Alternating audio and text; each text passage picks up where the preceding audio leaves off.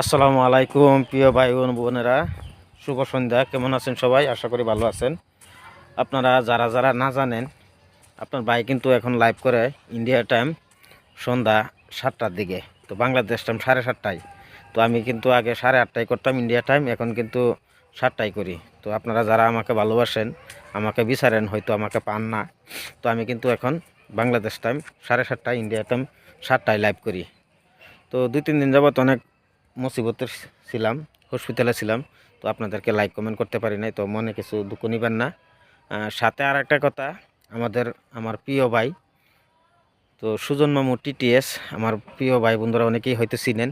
তো ওনার আগের আইডিটা ডিস্টার্ব হয়ে গেছে, তো উনি নতুন একটা আইডি করছে। তো ওই আইডির লিঙ্কটা আমি আমার কমেন্ট বক্সে মেনশন করে দেন, আপনারা অবশ্যই ওখান থেকে যুক্ত হয়ে যাবেন।